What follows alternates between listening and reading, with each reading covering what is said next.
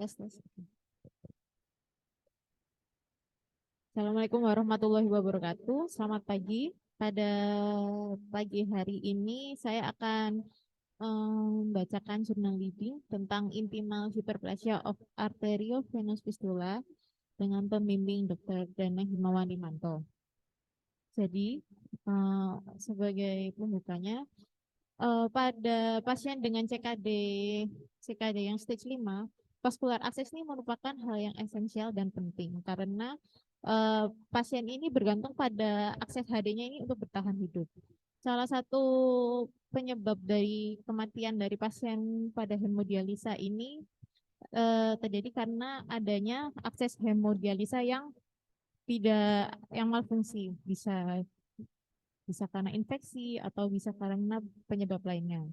Kemudian ini dari jurnal-jurnal ini juga didapatkan bahwa arteriovenous fistula atau aphasia merupakan tipe yang optimal untuk akses hemodialisa. Kemudian, nah masalahnya 50% dari didapatkan 50% dari aphasia fistula ini mengalami non-maturasi dan ini terjadi karena hiperplasia intima. Dan pada pasien yang sudah terjadi maturasi dari AV fistula, ini juga eh, bisa terjadi failure karena dan fungsinya terganggu karena intimal hyperplasia ini. Jadi eh, ini dari gambaran dari aphasion ini kan kita biasanya lakukan endosite anastomosis.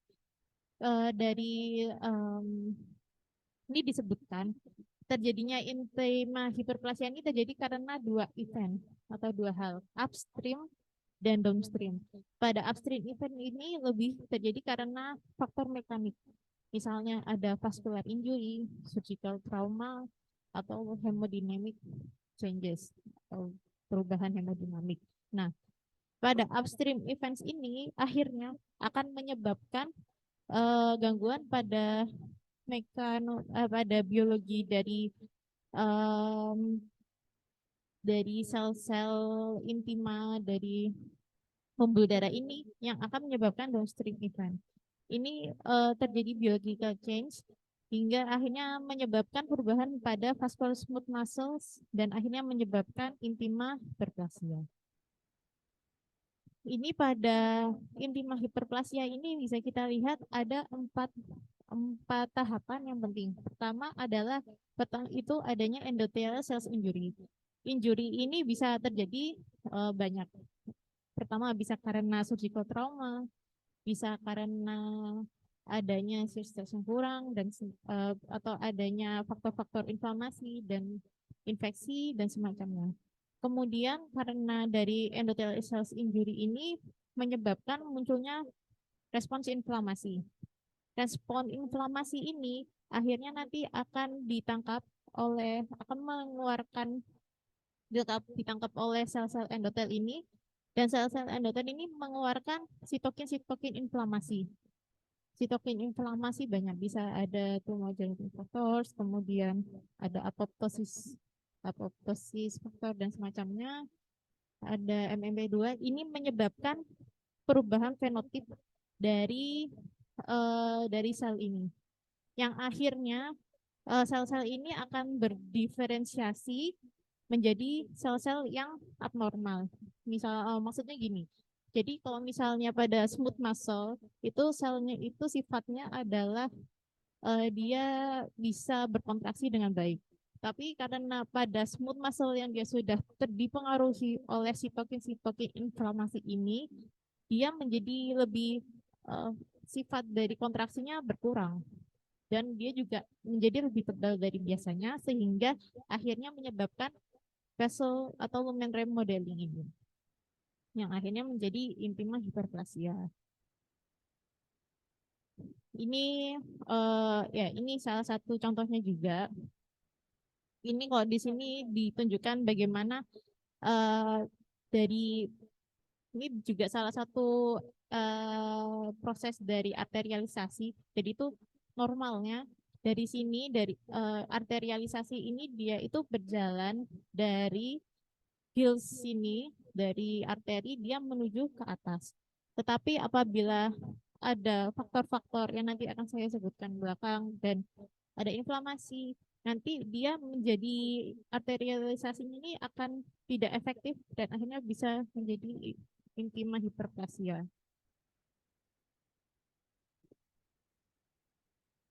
Nah, jadi initiating agent of intima hyperplasia. Shear stress. Shear stress itu penting pada patogenesis intimal hyperplasia ini. Jadi pada aliran darah ini dari jurnal yang saya baca ini ada dua macam tekanan. Pertama adalah shear push, yang kedua adalah cyclic tensile force. Jadi ini kalau shear push ini dia tuh ditransmisikan di antara endothelial cells menuju intercellular junction. Kemudian kalau misalnya cyclic tensile force ini dia itu sifatnya longitudinal sesuai sama aliran dari vaskularnya. Pada shear stress ini dari dua gaya dan tekanan ini dia tuh penting untuk untuk untuk menjaga homeostasis dari endotel dan uh, menyiapkan terjadinya formasi dari eniointima. Nah, ini di sini disebabkan justru pada pada aliran yang rendah itu malah resiko terjadinya injury pada intimalnya lebih tinggi hingga menjadikan hiperplasia. Sedangkan apabila alirannya tinggi itu bisa malah bisa menekan antitrombotik dan uh, anti hiperplasia agent sehingga nanti terjadi maturasinya lebih baik. Itu mengapa kalau misalnya pasien dengan alirannya rendah atau dengan low cardiac output yang rendah biasanya bisa menjadi salah satu faktor resiko untuk AVF-nya itu gagal maturasi. Ini setelah, nah ini tadi kan setelah terjadinya injury dari endotel ini, leukosit masuk ke dalam intima untuk kemotaksis. Ini sebagai contohnya dari cross-sectional historiknya. Ini bisa kita lihat di bagian medianya ini menebal. Di sini karena tadi terjadi hiperplasia yang abnormal tersebut. Jadi makrofag dan neutrophils ini dia akan merilis sitokin dan profaktor yang akhirnya bisa menyebabkan komponen-komponen yang harusnya ada di endotel sini masuk ke intima sehingga terjadi proliferasi yang abnormal dan akhirnya menyebabkan intimal hiperplasia. Kemudian selain itu apabila terjadi malfungsi pada sel-sel endotelial ini dia akan merusak protective barrier-nya. Jadi fungsinya ini akhirnya yang seperti tadi yang saya bilang jadinya vasodilatasi, kontraksi dan antiinflamasinya ini terganggu sehingga vascular tone-nya ini pun akan berkurang.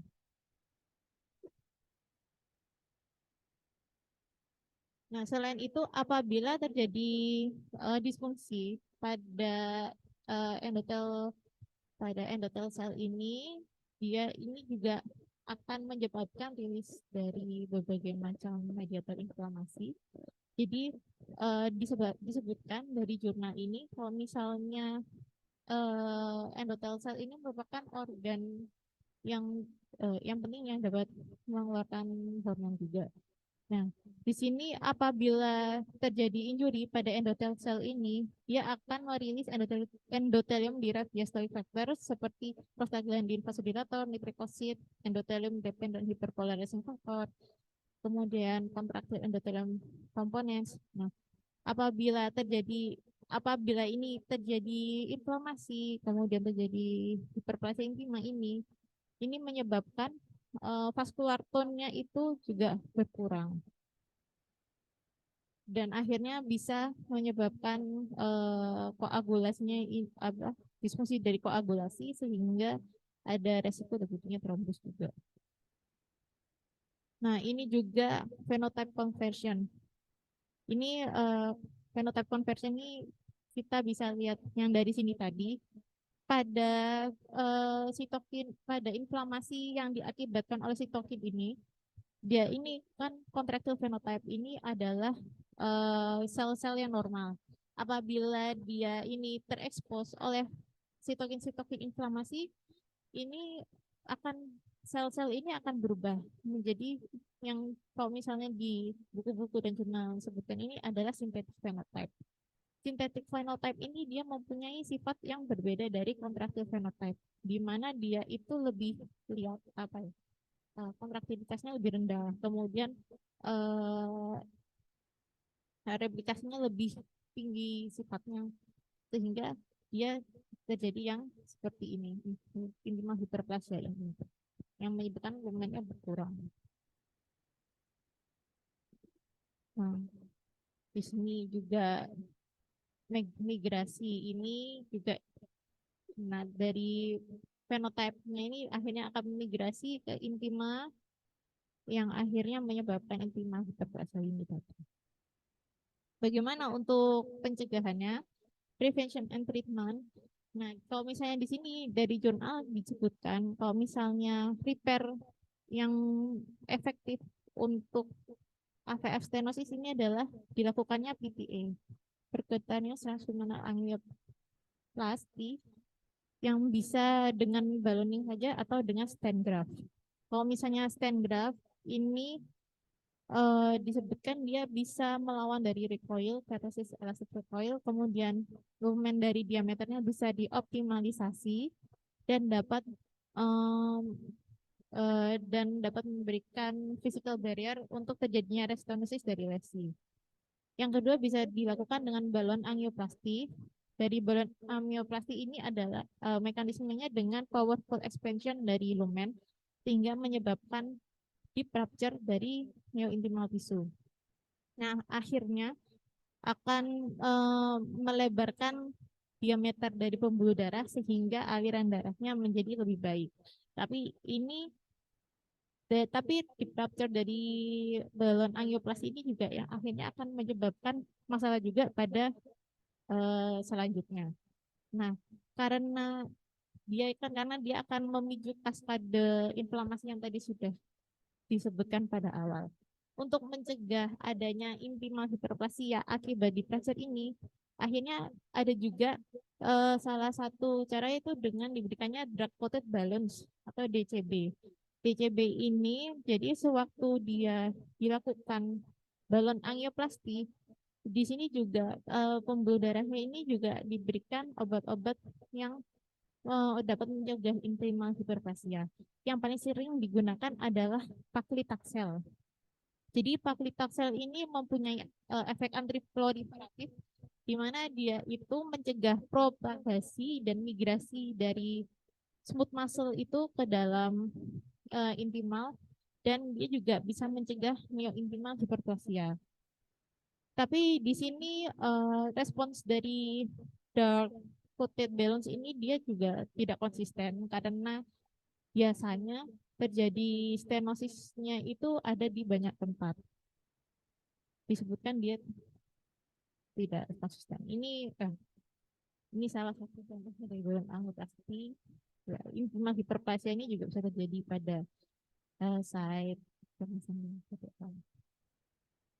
Nah, tadi seperti dia disebutkan sebelumnya, kalau misalnya balon dilatasi itu dia akan menyebabkan ekspansi dari lumen yang dipaksa sehingga terjadi injury pada intimanya. Injury pada intima ini dia akan menyebabkan reaktif hiperplasia dan akhirnya ada failure dari dialisis lagi. Jadi ini disebutkan kalau misalnya rate dari reintervensi dari PTA ini bisa mencapai 50% dalam 6 bulan. Jadi, selain itu untuk mencegah terjadinya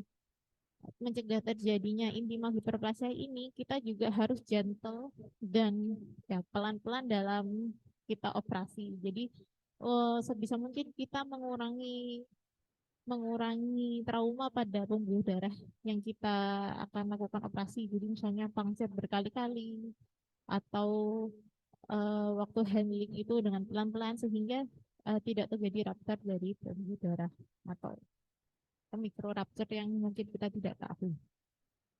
Selain itu, ini disebutkan yang dalam, ya kalau ini dalam level biologi, jadi bisa dari inhibisi, dari proliferasi dan movement dari smooth muscle ini disebutkan kalau di jurnal itu bisa diberikan high dose heparin. Tapi saya baca-baca lagi, ini high dose heparin ini menyebabkan, ini juga masih belum dianggap efektif karena ini dari heparin ini membutuhkan dosis yang tinggi, malah justru meningkatkan risiko dari bleeding. Selain itu ada obat yang terbaru 5 methoxytryptophan ini dia bisa menghambat inflammatory respon dan bisa mengurangi respon inflamasi vaskular yang sistemik. Tapi ini juga masih dalam tahapan uh, percobaan. Kemudian bisa selain itu bisa diberi, salah satunya adalah pemberian statin juga bisa untuk mengurangi terjadinya amalgamation atau proses intimal hiperplasia ini. Jadi secara konklusi intimal hiperplasia ini sangat berkorelasi dekat terhadap injury pada endothelial cells. Terus habis itu perubahan pada smooth muscle, hemodinamik dan inflamasi.